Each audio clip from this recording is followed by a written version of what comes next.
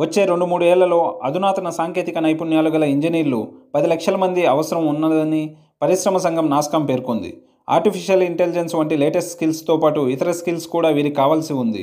దేశంలో విద్య, శిక్షణ పరంగా గణనీయ స్థాయిలో మార్పులు చేయకపోతే ఈ గిరాకీ అందుకోలేమని నాస్కామ్ తెలిపింది.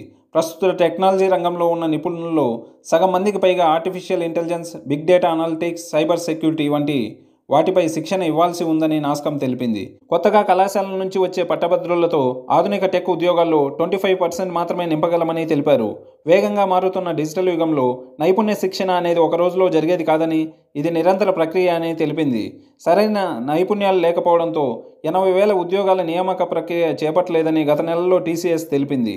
ఎల్ఎన్టీ కూడా తన ఐటీ ఆధారిత సేవల యూనిట్లో 20,000 మంది ఇంజనీర్ల అవసరం ఉందని గత నెలలో ప్రకటించింది. ఈ వీడియోలోని కంటెంట్ మీకు నచ్చినట్లయితే లైక్ చేయండి, ఛానల్కు సబ్స్క్రైబ్ చేసుకోండి.